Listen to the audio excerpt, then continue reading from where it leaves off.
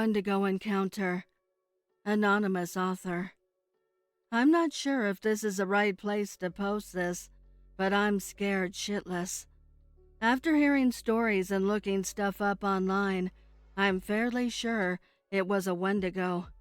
Me, my son, and girlfriend were attacked by something. We were camping up in the northernmost part of Washington. My girlfriend is incredibly superstitious, so she insisted we brought weapons. So I had my combat knife and a 12-gauge shotgun, and she brought a rifle alongside a newly sharpened machete. Our son was just 3 years old at the time. She and I were set on edge from a park ranger who seemed very tense and uneasy, who stopped us and instead of confiscating our weapons, told us to be careful and stay safe, then sent us along our way to the camp. When we got there, we were informed that several visitors had spoken about some unnatural noises and a pale creature that would mimic voices and sounds of people who weren't talking or seeming to be distracted. I laughed and put the idea out of my mind, thinking to myself, there's no way. They're effing with us, but I knew better. So we then reached the area we were going to set up camp. We immediately got a fire ready to light and set up our tent and bags. I fed my son as my girlfriend ate a snack. We decided to get a lay of the area, so me and my girlfriend hiked around for about an hour or so. I had one of those baby-carrying backpacks, and my son started to get heavy. Everything seemed normal until I saw something down the almost path we were on. We walked closer to investigate and saw drag marks. It looked as if someone had killed a buck. There was a whole outline in the dirt with a small dried pool of blood, as if someone grabbed it from the antlers and pulled. That wouldn't be possible for any man to do. The buck, or whatever it was, would have been way too big for that. Shaken, we rushed back to base camp and restarted the fire and hurried back into our tent. Too afraid to leave since it was dusk by now, we stayed inside the tent and my girlfriend put our son to bed. Eventually, probably from the exhaustion of fright, we fell asleep. What must have been hours later, I awoke to a faint rasping sound that sounded like a child crying.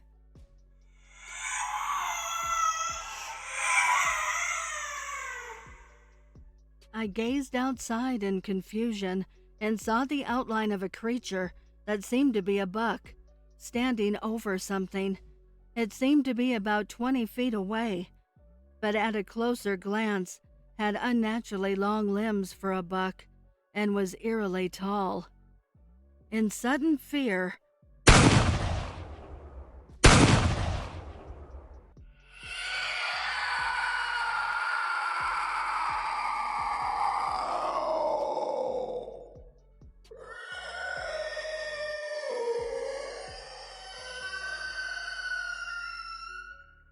I unloaded 2 shots into the creature and heard a loud blood-curdling cry. My girlfriend awoke screaming to the shots I had fired as I tried to explain what I had heard. To my surprise, the animal hadn't moved an inch. Then I noticed the stains on the side of the animal. It looked like blood was running down the edge, and lots of it. It stared at me deep into my eyes as I became petrified with fear. A sinister feeling of dread fell over me, as if it knew I couldn't move. I thought to myself, what if it starts to bolt towards us? Just then, this tall, decrepit, demonic thing seemed to whisper something. I couldn't exactly tell what it was saying, but it seemed to have said, "I need more children." My girlfriend screamed, asking where our son was. We blacked out. In the morning, we awoke to park rangers at our campsite. We didn't see our son anywhere. We told the rangers that he was missing, and they started a search party. I explained what had happened, and strangely they seemed to believe it. The one who seemed to be older, by at least a decade, pulled along the one we met earlier and whispered in his ear. I only heard a single line, and I'm not even sure if what I heard was correct. It sounded like he said, "It's getting bolder." They didn't seem to want us by ourselves, so they waited with us while they continued the search. We stayed in a log cabin for 3 days with a forest ranger, when suddenly some rangers came into the cabin saying they couldn't find our son. My girlfriend started to sob. I start to hate myself, thinking that I could have done something if I wasn't frozen in fear. We rushed outside only to find some injured and frightened police officials. The rangers wouldn't tell us anything of what happened, or what they saw, or why the cops were scared shitless. All we know is that we don't have a son anymore. God help whoever goes into that forest next. And please, please, don't bring your kids with you. The Caretaker, written by Nalkarj. The journey out to the shoals in the middle of winter is long, cold, and lonely. Ever so lonely. You begin to imagine that you're leaving humanity behind, that you're sailing on toward the literal end of the world, and you're not wrong. I had to get special permission to visit then, for my book about New Hampshire ghost stories, and then I had to charter the boat to take me out of Portsmouth and into the Atlantic. It seemed like an eternity until we arrived, but we finally did. The wind rose up as I stepped onto the dock, slicing through my jacket and my bones. I was immediately struck by the sense of death over everything, the sense of grayness and decay, the sense that this is where people go to die. I tried to shake off the feeling and headed up the path to the Oceanic, the last of the grand hotels that had once dotted these islands. I was going to meet Fred Haling, the caretaker. The principal spooky stories I came to hear and see about were Blackbeard, whose ghost apparently haunted these islands. The problem being that he never made it this far north, and the many spirits in the Oceanic itself. It had been fun, half history and half creative writing, residual hauntings, and that sort of thing.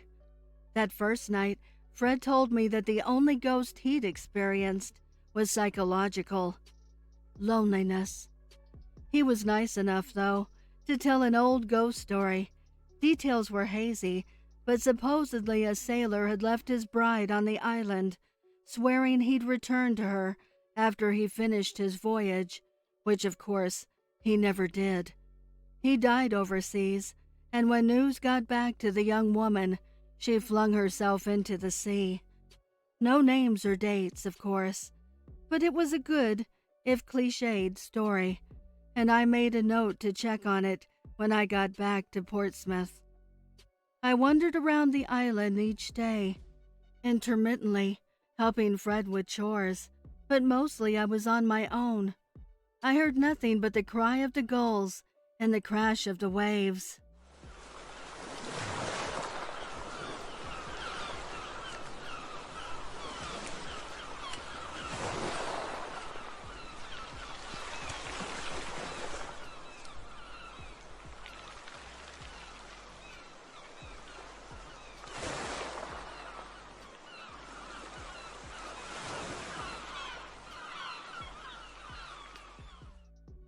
I felt nothing but the chill of the wind. I saw nothing but the gray of branch and bramble, of sky and sea. A voice rose up like the wind, saying again that this was the end. This was the end of the world. By Sunday, I was more than ready to leave. The boat was to pick me up that morning, and I woke up early to meet it. No boat came that morning. When I ran back to see Fred Haling, he and every sign of him were gone. I was alone. Alone with the wind and the waves. Alone with the screaming from the sea. I think that was when I realized it. Oh, how I roared with laughter when I realized it. No boat had come. No boat would ever come. Not now. She and I are alone. Something's wrong with Martin. I sit here waiting patiently for my prey, the hunter's moon guiding me on my hunt. I've been hunting this bastard for almost a day now, it seems. I hopefully have just enough time to try and compose myself and write what could very well be my final thoughts in this journal, just in case I don't return home. I'm sitting behind this log, watching the shed where the bastard is sleeping in. This wolf, this damn effing wolf, is going to be the death of me. I've told my loved ones what I was going to do. What I had to do is more like it. But everyone I've told just thinks I'm nuts. Nuts, huh? Well, tell that to Mrs. Allen, who was found with her throat torn out on her back porch next to her dog Biscuits, who was also torn apart. Gardening accident. My ass. What about old Mr. Barbary? He was found in his bathroom face down with his hollowed-out anus sticking out in the air. Explosive diarrhea? I don't think so. He was ripped open like a predator rips open their prey, ass first. Why is no one seeing what I'm seeing? These are not accidents. There's been a rash of brutal deaths strewn around town these past few months. But because of lazy police work, or pure incompetence, they've all been swept under the rug. I took it upon myself to investigate the matter when I found my dog Bear torn to pieces in the backyard. The size of the wounds and savagery of the attack did not come from some ordinary animal.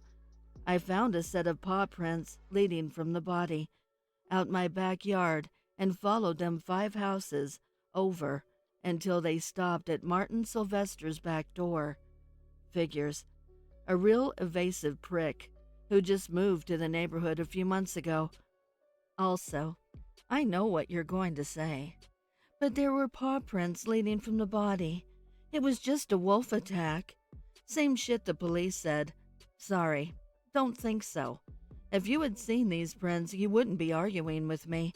They were too abnormally large for a wolf. Plus, if it was a regular old wolf attack, like everyone else seems to think, then why did they just disappear at Martin's back door? I'll tell you why. After the incident, I started following Martin. At first, there was nothing peculiar, but then he made a visit to Mrs. Allen's. Then he made a stop to Old Man Barberry's, and we all know what happened to them. The only thing was, I never saw him leave. It was always cluttered, something in the way, just a large mass bolt from the scene at an alarmingly quick speed. I told the police that I saw him leave the scene of both murders, and they had the balls to sit there and tell me that those weren't murder scenes, just merely accidents. Well, after the scenes were wrapped up, I decided to take a look for myself, and not to my surprise, I found a common trait between both murder scenes. And make no mistake, friends, it was murder. I found at both properties a set of large paw prints leading off into the distance. Jesus, those incompetent pricks couldn't even get this right. It took me a little while, but I figured it out. And now here we are, back at the beginning. I've been following him since this morning. Like I said, it's almost been an entire day. I have him cornered in a small shed on the property of a small cabin nestled deep in the woods. I have my rifle sights pointed at Martin. He's beginning to stir now. God, please help me be fast and accurate. Oh, and to the assholes who keep saying it was all just wolf attacks. Well, I guess you're technically right. You see, Martin is a wolf. He's a werewolf.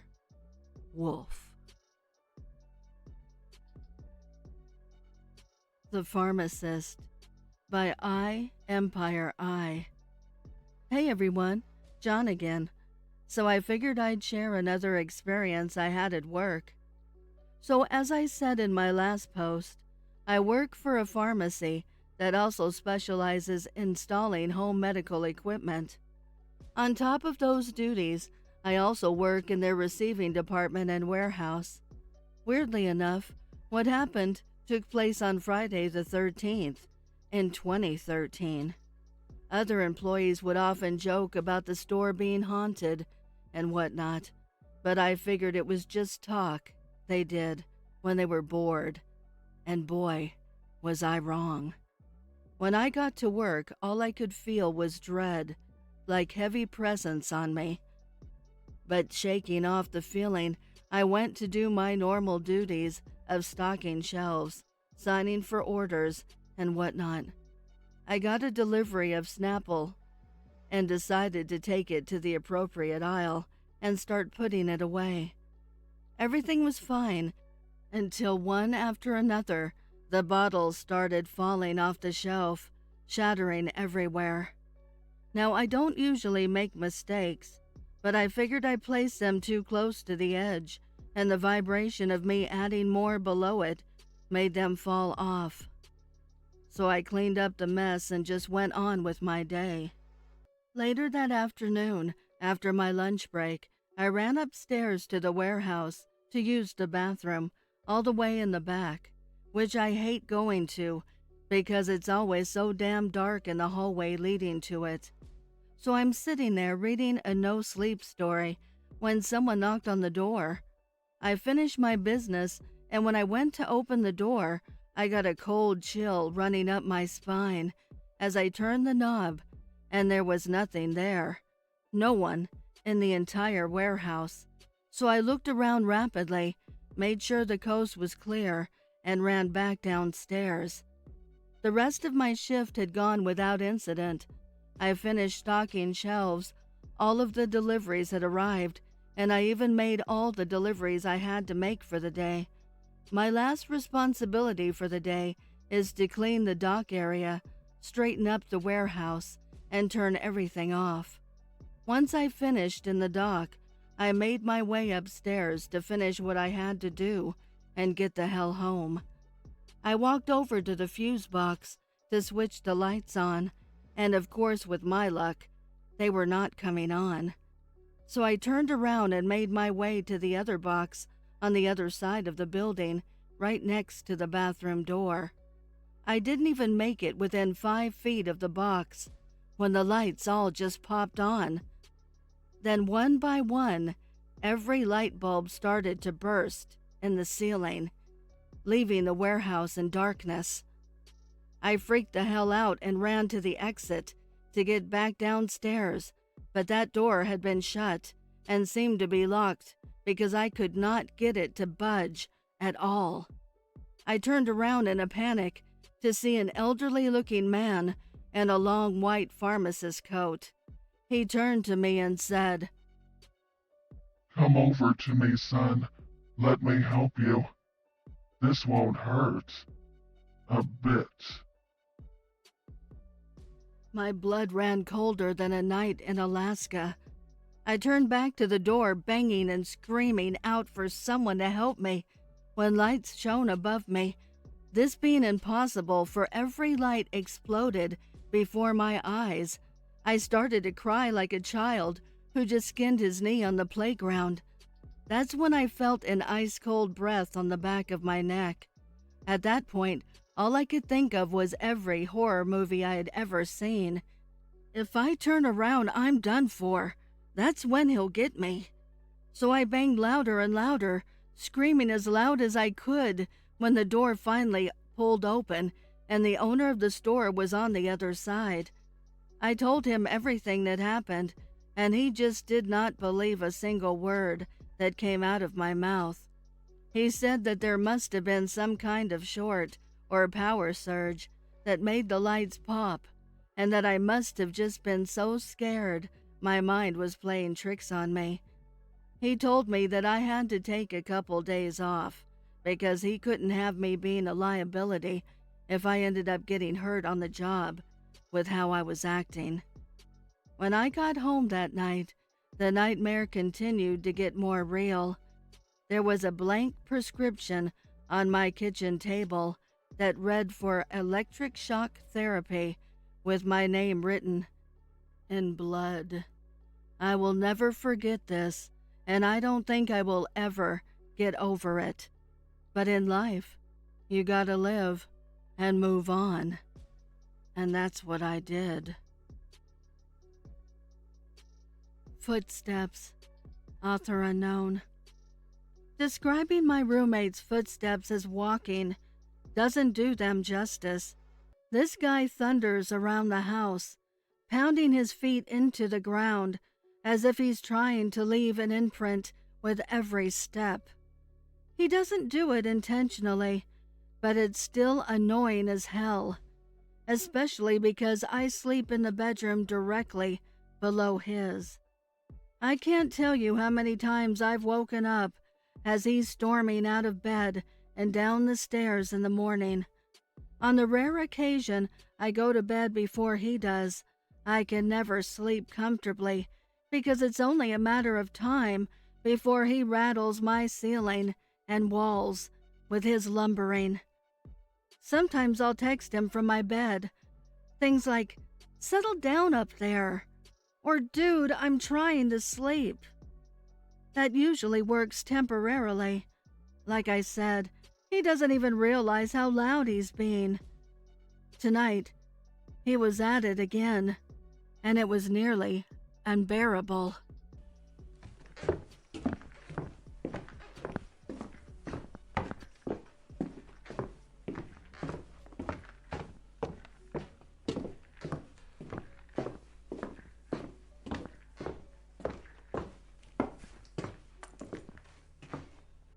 I was tossing and turning, whispering empty threats that he'd never hear.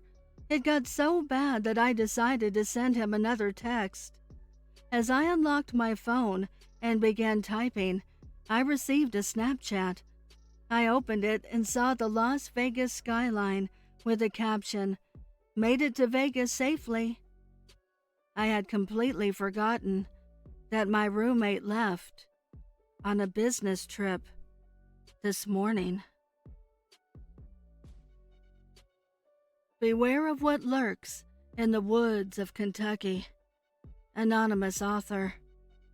The forests of Kentucky aren't as peaceful as they may seem. As a Kentucky native, I've become very familiar with the woods and have formed a fearful respect for the unforgiving wilderness. But in my 20 years of life, there are things I've seen, heard, and experienced that I have no explanation for. I don't claim to be an expert outdoorsman, but I am familiar enough with the woods to know what animals make what noises, or how certain plant life can mimic the shape of a person and just the right lighting. These experiences I've had have challenged all that I know about the forest and the animals that inhabit it. The Clicking Man. In the fall of 2006, 9-year-old me and my younger sister were at my grandparents' house. Behind their house is a vast expanse of forest, which meant great fun for my sister and I, as we loved and still do love the outdoors. Almost adjacent to their property lines, Mammoth Cave National Park, with a massive expanse of forest, and the largest cave system in the world, both of which make the mind wander to what else might lie in the forest or the darkest depths of the cave.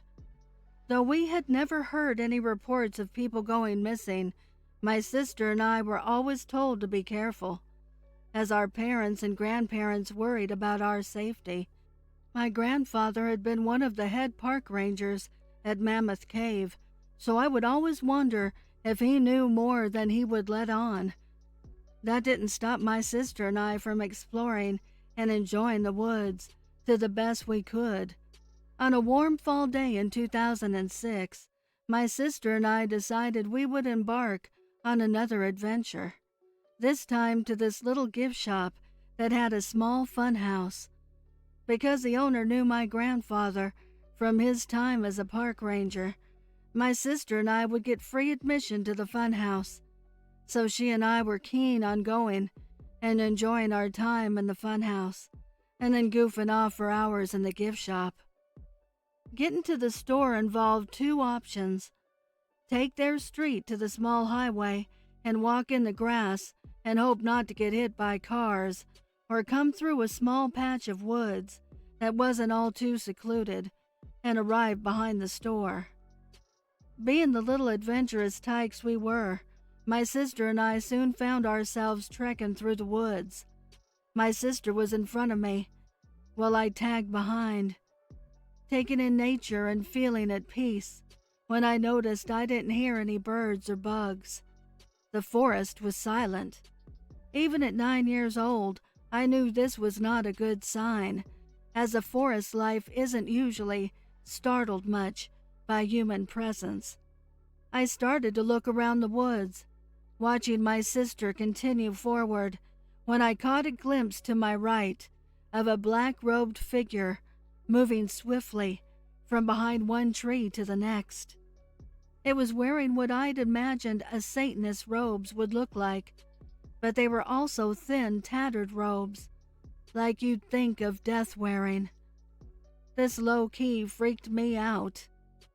But I also didn't panic, because we were close to houses, and it could have easily been some idiot messing with people. After holding still for what felt like minutes, I kept walking after my sister. We soon approached the shop when I heard a distinct clicking sound.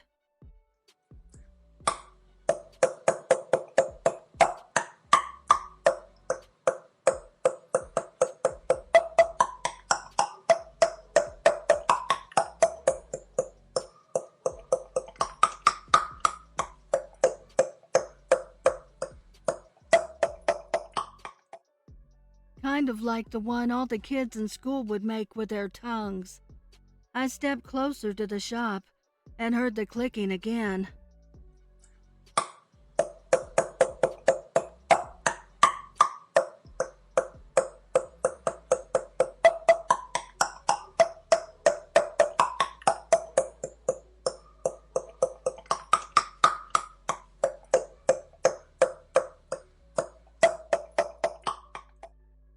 I looked behind me to see the same figure quickly darting out of view and back into the thicker part of the woods. Not letting the incident bother me too much, my sister and I spent our afternoon in the funhouse and gift shop. As we were leaving, my sister and I both opted to take the street home, as it was getting dark. The walk home was uneventful, and we came home safely to our grandparents. After that day, I never saw it again. I chalked it up to being some creepy person trying to lure two kids to something terrible and inhumane. I never spoke to my sister about it because it would have only made me more nervous and would have spooked her, too. A 911 call during the winter. 911, what's your emergency? Yeah, hi. There's this girl standing in the woods behind my house. Could you repeat that to me, sir? Yeah.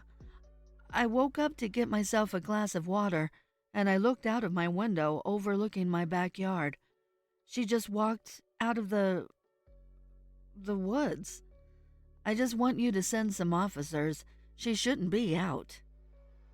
Sir, what's your address? 5279 Terra Avenue. Okay, sir. I've sent a squad car, but it'll be some time before they get there. But for now, describe her to me. She's maybe 10 or 12 years old. I can't really tell. It's really dark out. She's thin, pale even. She's wearing a white dress like a nightgown. Dear God, she's hurt. How's she hurt? I think I can see some blood stains. Jesus, she's got blood stains all over her. Okay, sir, is she alone? Yes, she's alone. It's just something's not right. How so? Well, she's standing there at the edge of the woods. Just standing there, motionless, not even swaying. I think that she's freezing. It's snowing, and... Sir? Dear God, she's sobbing. I can hear it through the glass. I'm gonna go out and get her. She must be so cold. I'm walking outside right now, opening the door to my patio. Sweet jeez, it's cold. Poor thing. She must be suffering. Officers will be there in 10 minutes. Just get her inside your home. She's still standing there. Sweetie! Hey! Honey, you okay? What's she doing? She didn't do anything. She's still standing there motionless, and I... Sir? Hey, come here. I'm not gonna hurt you. Are you hurt? Come here, hey. Sir, the officers are close now. Just get her inside. She won't come to me. She's not answering me. She's motionless. Wait a minute. What? What's happening, sir? Jesus Christ, she's just standing there. No. Wait. Sir, what's wrong? Her eyes, they're... What? Sir, her eyes, they're white, colorless. She's pale and blue. Dear God, her hair is white. There's ice all over her. It's covering her body. Sir, what do you mean? She's frozen. That's why she isn't moving. Why she won't answer. She's dead.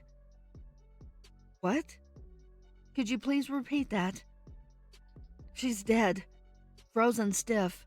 Must have been freezing to death when she walked out of the woods earlier. God, I... Okay, sir. What the hell? What is it, sir? Oh, crap, what is that? Sir? She just blinked. Sir? No, get away from me. Get away from me, get away. Sir? Hey. What are you? My hand, my ankle, it's freezing up. Sir, I just heard a loud noise. Are you okay, sir? Sir.